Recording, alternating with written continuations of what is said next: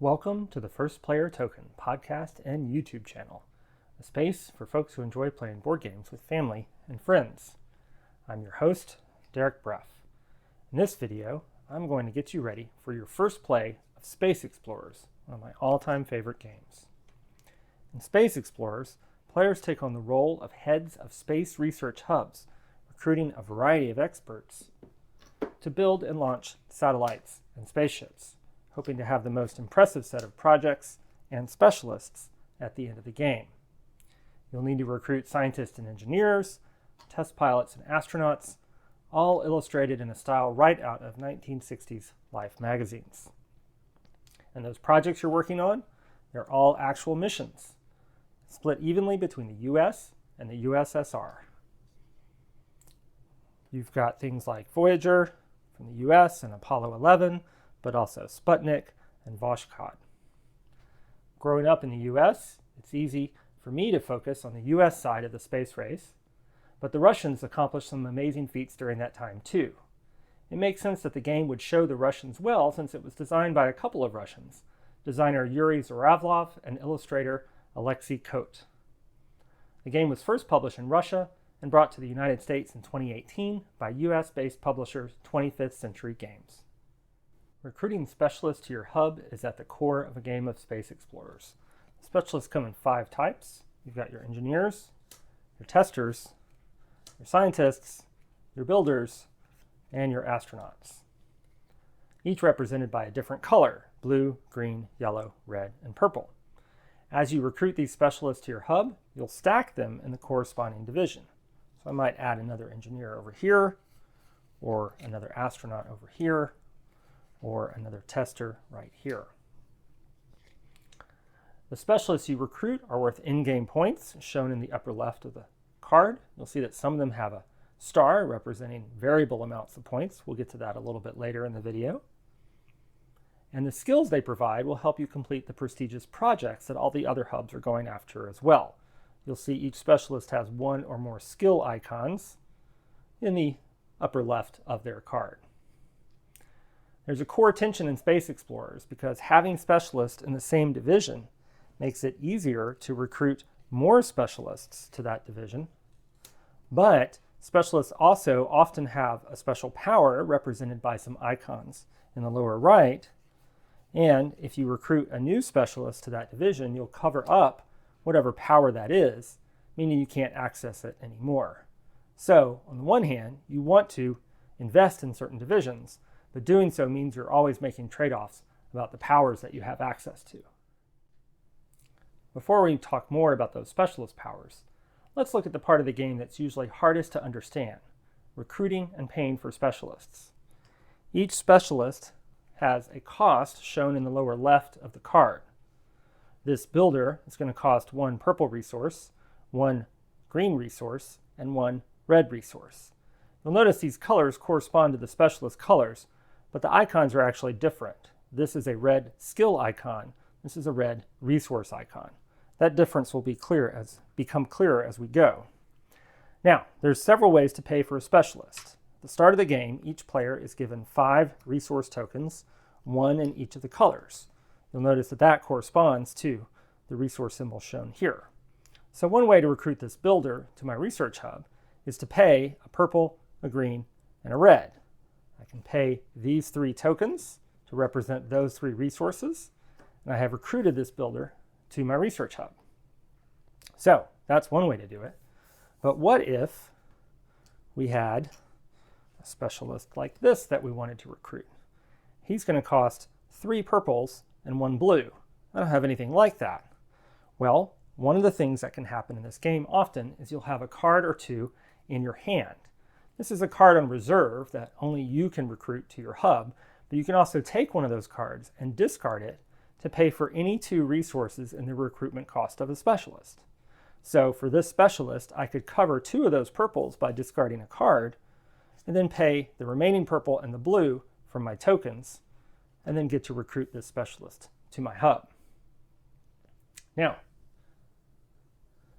I mentioned earlier that if you have specialists in your hub, that helps you recruit more specialists. So let's suppose that I had this builder here, and then later I recruited this builder here. I now have two building icons, the skill icons, in my hub. So if I wanted to recruit this builder, well, I get a discount for every for every skill icon of that color in the hub. I get to take off one of these costs down at the bottom. So in this case, it always starts from the bottom and works its way up. I've got two red icons, skill icons here, so I can take off the bottom two resources in the cost of this specialist. So I would just need two purples and a yellow. Still something that's hard to do with my initial set of tokens, but I could still discard a card from my hand to cover two of those, and then maybe pay for the third one with one of my tokens. That would enable me to get this guy.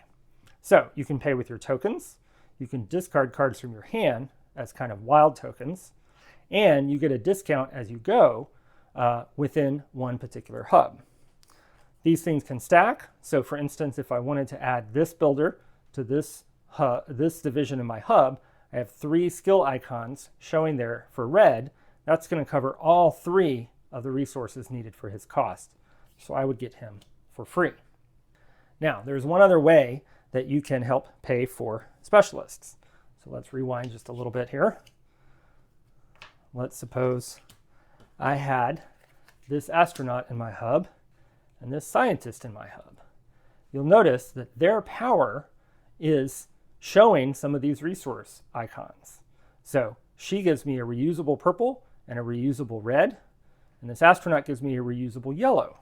So for instance, if I wanted to recruit this fellow initially, I could use that purple and that red to cover the purple and the red in the cost of this builder. I would just need to pay a green resource to complete that recruitment.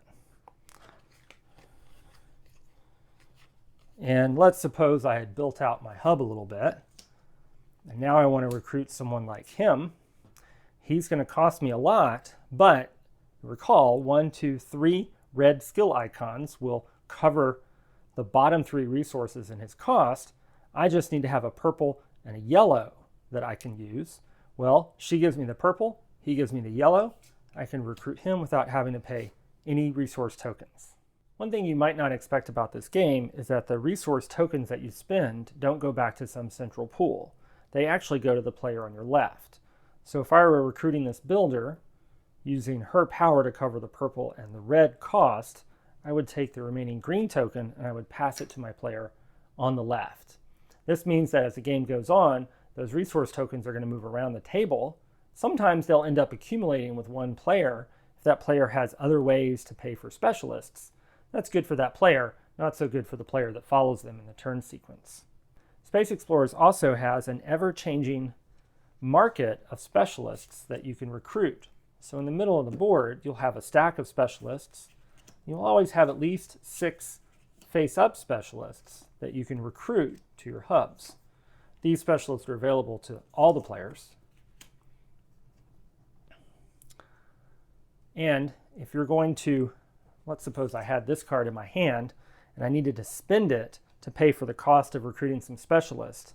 This card doesn't go to the player to my left. It doesn't go in a discard pile. It actually goes to that central market of specialists.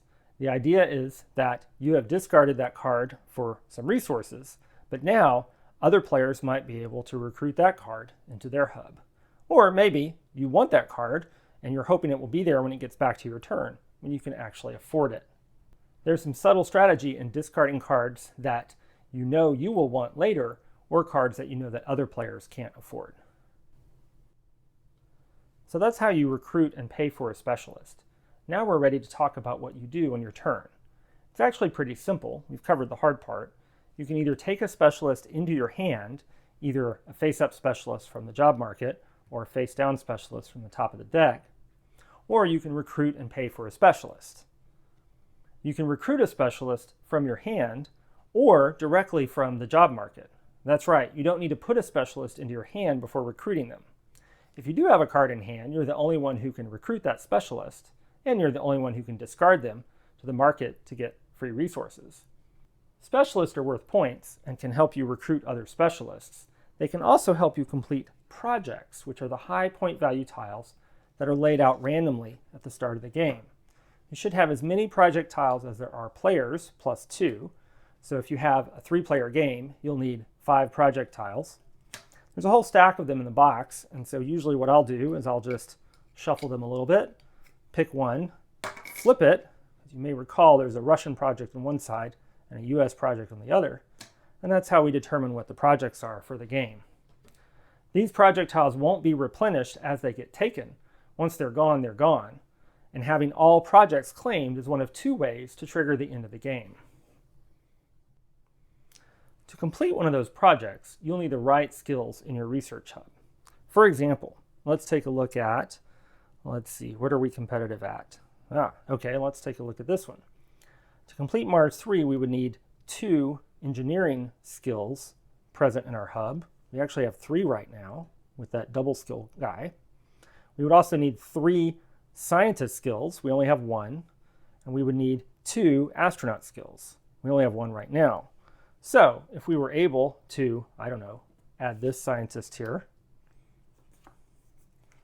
and this scientist here.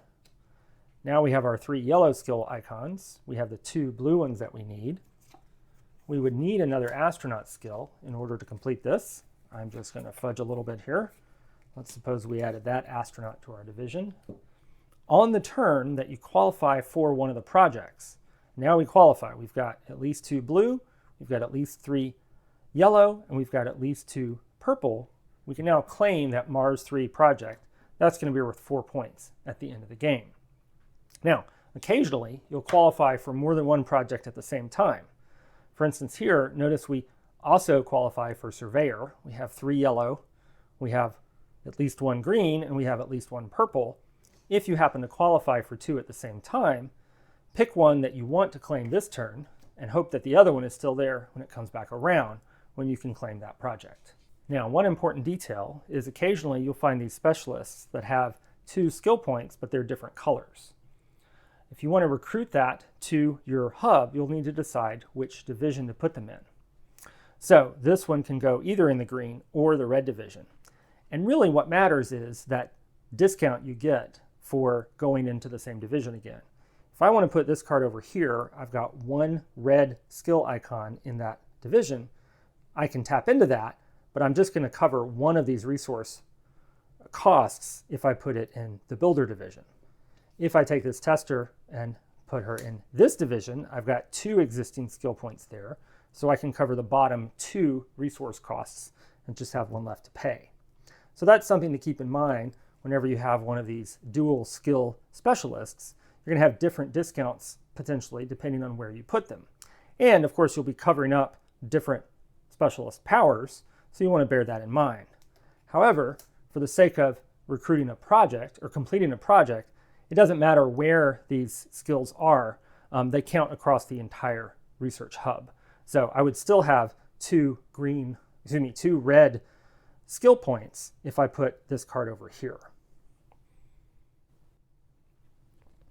So as I mentioned, specialists, every specialist card either has something interesting happening with their skill points, or some type of power they get to use during the game, or they have some type of in-game scoring condition that's happening. Let's talk about the scoring conditions at this point. So at the end of the game, you're going to count up all the points in your specialists along with any projects that you've completed. Highest points will win the game. These specialists are pretty straightforward. That's worth 1, that's worth 1, that's worth 0, that's worth 2. If they have an asterisk or star though, their value is going to depend on some condition. So for instance, if we look at this astronaut right here, he has a variable number of points equal to 1 for every science skill icon you have in your hub at the end of the game. So if I had him in this hub, I have 1, 2, 3 science skill icons. Yes, that one counts even though it's not in the science division. So that means this card would be worth 3 points. If I have this astronaut, he gives me 2 bonus points for every project that I've completed. That's the project icon. So if I had a couple of these projects completed at the end of the game, then he'd be worth 4 points because I have 2 completed projects. Now, someone like this builder is kind of interesting. he's going to score me 3 points for every complete set of skill icons I have at the end of the game. So not the ones on the projects, but among my specialists. So you'll see right now, I've got a couple of green, a couple of red, a couple of purple, 3 yellow. I don't have any blue, so he would be worth nothing. If I'm able to recruit 1 engineer with 1 engineering skill, now I have 1 complete set of all 5 colors, so he's worth 3. If I can pull off another one, now I have 2 blues, 2 greens, 2 reds, 2 purples, and 3 yellows. That's 2 complete sets, so he's worth 6 points. I mentioned that the game can end when all the projects are claimed. That's one way to trigger the game end. When those are all claimed, you trigger the end of the game. Another way to trigger the end of the game is when any one player has 12 or more specialists in their division. That will also trigger the end of the game. Now, what do I mean by triggering? Well, Space Explorers comes with this mighty fine first player token. I run the First Player Token podcast and YouTube channel, so I'm partial to good first player tokens. At the start of the game, whichever player goes first will get this token. They'll need that because you need to remember which player started around the table.